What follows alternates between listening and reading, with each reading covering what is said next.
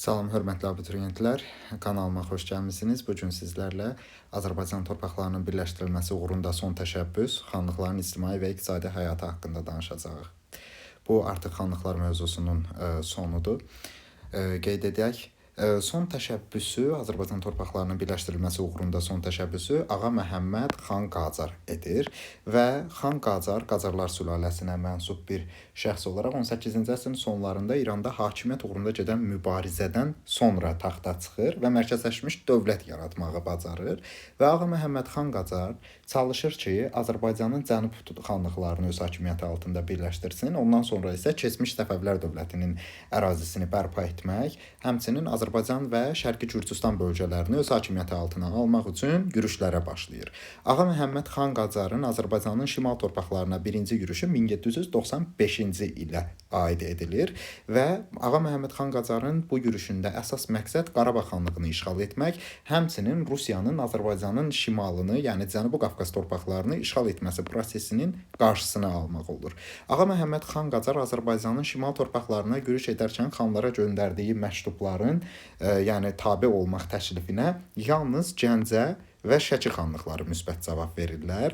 Ancaq digər xanlıqlar, hansı ki Qarabağ xanlığı Qacara rədd cavabı verir, Qarabağdan İbrahim Xəlil xan, Lənkəran xanlığından Mir Mustafa xan və İrəvan xanlığından Məhəmməd xan üçü birləşirlər və həmçinin Kartikaxetiya çarlığı birləşir. Hamısı Qacara qarşı ittifaq yaratmış olurlar.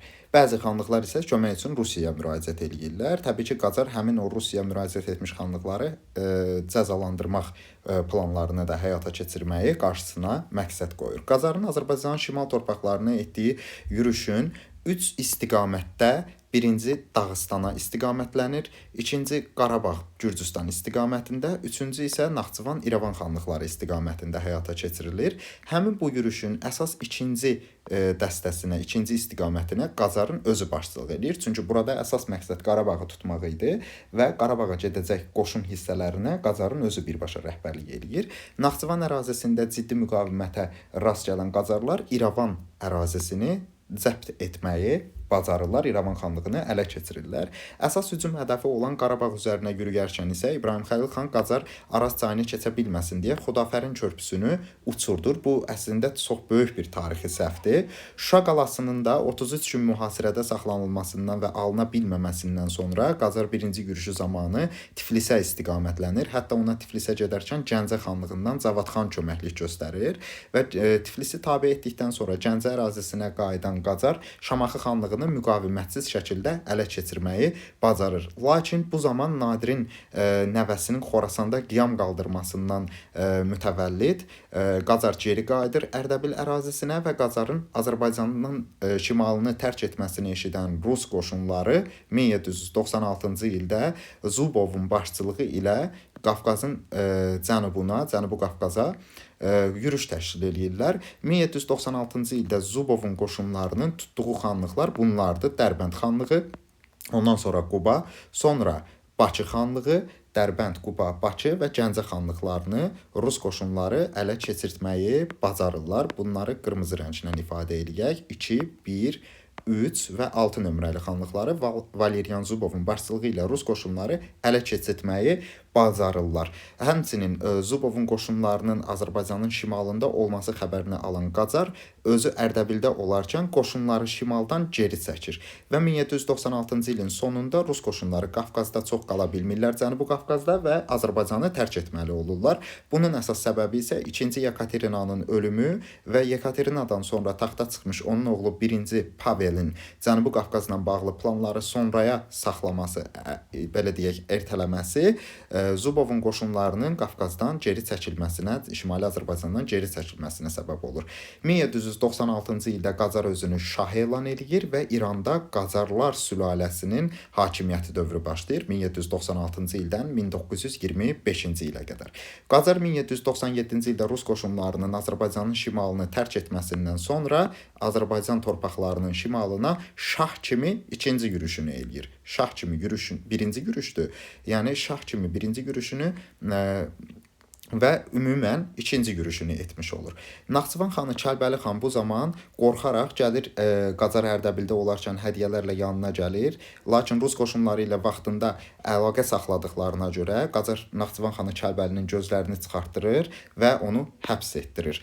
Və ikinci yürüş zamanı Qacar 9 nömrəli xanlığı Lənkəran xanlığını tabe eləməyə bacarır. Ağa Məhəmməd Şah Qacarın Azərbaycan şimal torpaqlarına ikinci yürüşü zamanı Lənkərandan sonra demək 7 nömrəli xanlıq Qarabağ xanlığının ərazisinə yürüş yenə də təşkil edilir və İbrahim Xəlil xan qeyri-bərabər döyüşdə demək qalanın yaxınlığında mühasirəyə düşür və buradan qaçır Dağıstana, əmisinin yanına. Bu zaman Şuşanı Qacar tuta bilir və 1797-ci ildə Qacarın Azərbaycan torpaqlarını birləşdirmə siyasəti uğurlu alınmır. Çünki 1797-ci ilin 4 iyul tarixində sui-qəsd nəticəsində öz adamları tərəfindən Şuşada öldürülən Qacarın ikinci yürüşü Azərbaycan şimal torpaqlarını Qacarların qoşununun tərk etməsinə səbəb olur və Çar Rusiyasının Azərbaycanı gələcəkdə işğal etməsi üçün əlverişli şərait elə Qacar qoşunlarının uğursuzluğundan sonra yaranmış olur və Qacarın hakimiyyətdən getməsindən sonra Qacarlar sülaləsinin yeni nümayəndəsi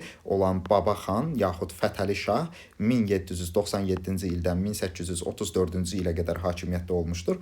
Qacarlar dövlətində hakimiyyətə gəlir. Bu da Azərbaycan torpaqlarının birləşdirilməsi uğrunda son təşəbbüs idi ki, Qacar tərəfindən həyata keçirilmişdi və uğursuzluqla nəticələnmişdi.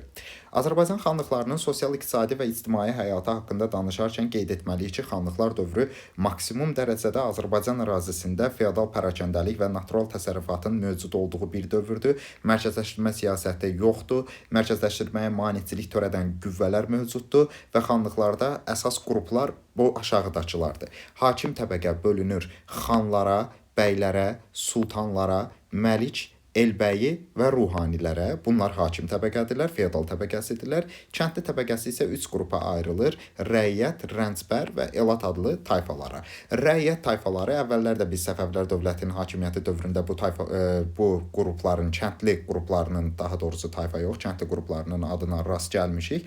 Həmin bu rəiyyət tayfaları feodala və dövlətə vergi verən kəndli təbəqəsidirlər. Divan, mülk və vəqif torpaqlarında əsasən yaşayırlar. Rəncbərlər, loru dillə desək, kasıbdılar. Yəni heç bir təsərrüfata malik deyillər. Bu kasıb kəndlilər xan feodal torpaqlarında işləyir. Məhsulun əsasən 2/3-ni vergi kimi feodala verirdilər. Qeyd eləyək, 2/3-ni feodala vergi kimi verirdilər və elat tayfaları isə yarımköçəri həyat tərzi sürən tayfalardılar. Əsasən maldarlıqla məşğul olurlar və qoşunun əsasını təşkil edirlər. Xanlıqlar dövründə, istər Azərbaycanın digər dövrlərində ümumən yadda saxlamaq lazımdır ki, təhkimçilik münasibətləri mövcud olmayıbdır. Hər nə qədər kəndli qrupları istismar edilsə də, Azərbaycanda təhkimçilik heç vaxt mövcud olmayıbdır.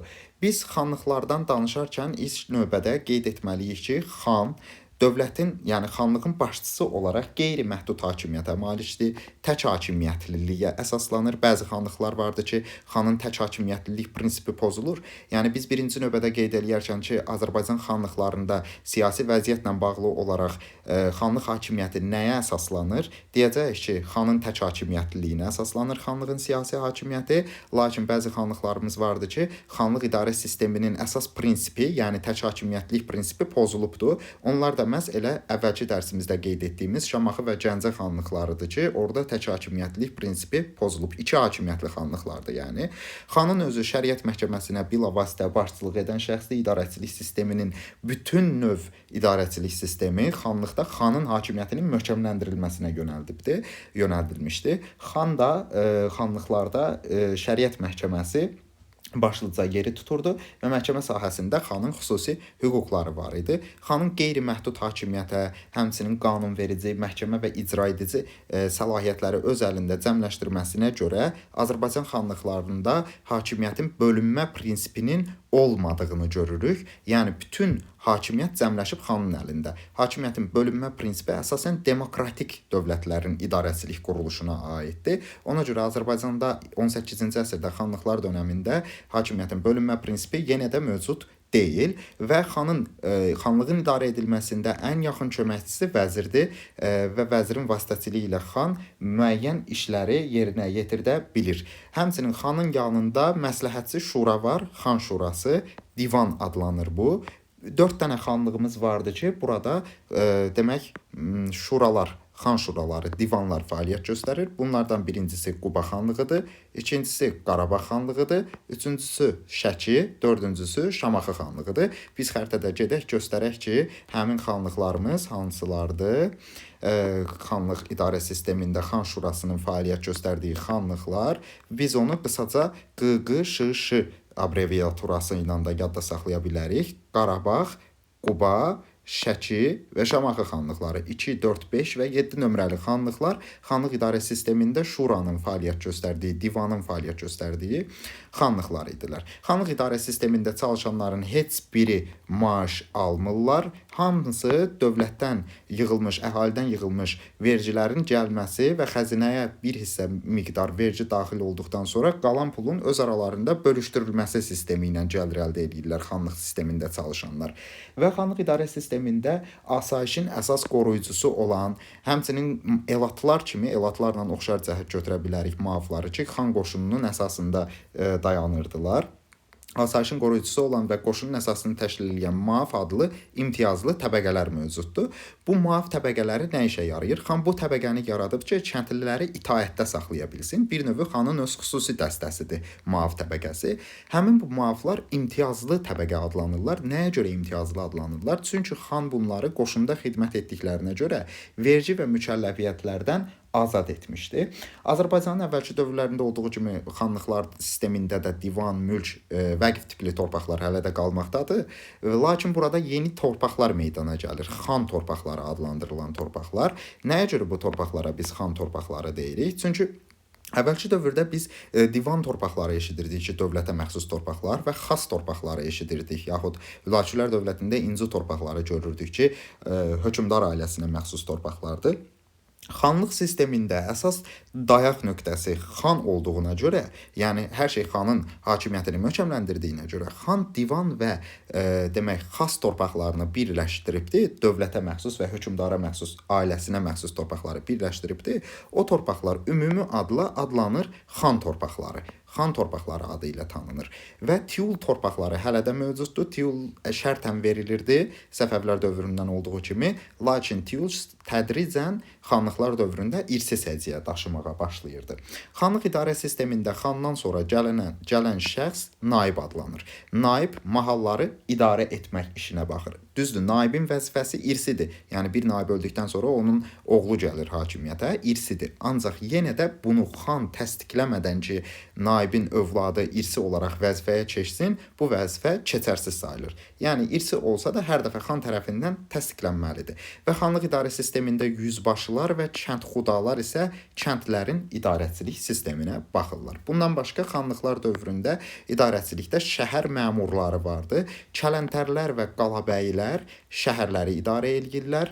Darğalar polis vəzifəsini yerinə yetirən şəxslərdilər. Polis vəzifəsini yerinə yetirən darğalar vergidə yığırlar şəhərlərdə və darğanın öz vəzifəsini yaxşı yerinə yetirməsi üçün xanlar darğalara belə bir hüquq veriblər ki, özləri üçün xüsusi darğalıq vergisini də toplasınlar və xanlıqdan naiblər mahalları idarə edirlərsə, həmçinin naiblər təsərrüfatların idarə edilməsinə, vergilərin vaxtında yığılması üçün xanın qarşısında məsuliyyətin daşınılmasına baxırlar, mükəlləfiyyətlərin icrasını təmin etməklə mükəlləfdirlər, yəni naiblər, sənətkarlar üzərinə qoyulan həmçinin vergilərin təyin edilməsi və toplanılması vəzifəsini də naiblər yerinə yetirirlər.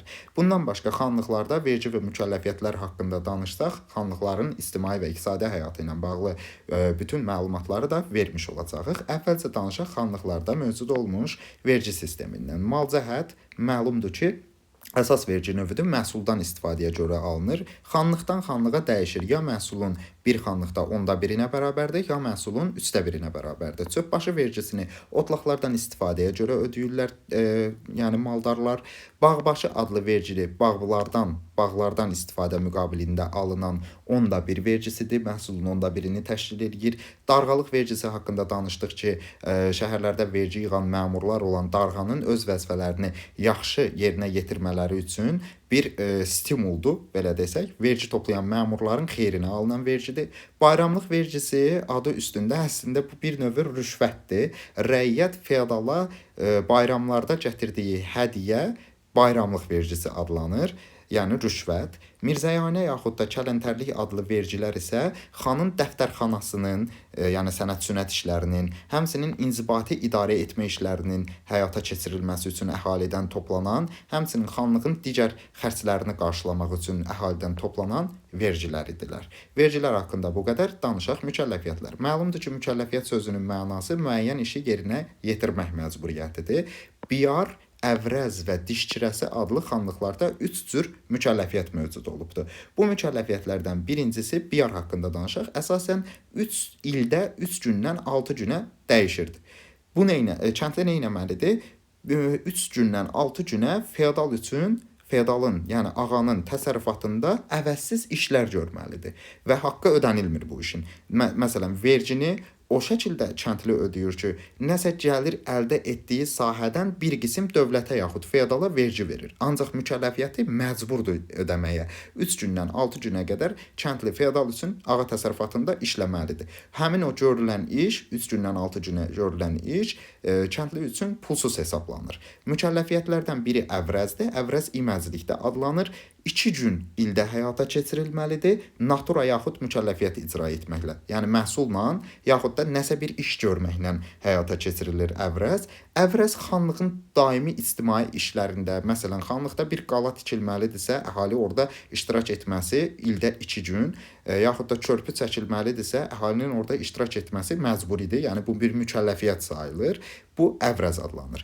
Dişkirəsi isə kəndlinin, rəiyyətin xanın öz muzlu qoşununu öz evində, öz hesabına saxlaması, yaxud da ərzaqla təmin etməsi dişkirəsi adlı mükəlləfiyyət adlanır. Belə xanlıqlar dövründən danışacağımız bu qədər. Bir də xüsusilə qeyd etmək lazımdır ki, xan sözünü biz 2 yerdə görə bilərik. Xan əsasən Səfəvilər dövründə 17-ci əsrdə də mövcud olubdur. Xan titulu 18-ci əsrdə də mövcud olubdur. 17-ci əsrdə xan demək ali hərbi inzibati rütbədir. 17-ci əsrdə xan ali hərbi inzibati rütbə olaraq orduda iştirak eləyənlərə, hərbi xidmət həyata keçirənlərə verilir. 18-ci əsrdə xan isə xanlığın idarəçisidir. Xanlıqda idarə işləri ilə məşğul olur, xanlığın başçısıdır və qeyri-məhdud hakimiyyətə malikdir. Sizdən soruşsalar ki, 17-ci əsrdəki xan, yaxud da yazılsa ki, 17-ci əsrdə xan qeyri-məhdud hüquqa malik idi, qeyri-məhdud hakimiyyətə malik idi, yanlışdır. Çünki xanın qeyri-məhdud hakimiyyətə malik olduğu dövr xanlıqlar dönəmidir, 18-ci əsrdir. 17-ci əsrdə isə xan ali hərbi inzibati rütbə daşıyan şəxslərə verilən titul idi. Belə, bu dərsimizdə bu qədər. Sağ olun, digər videolarda görüşənədək.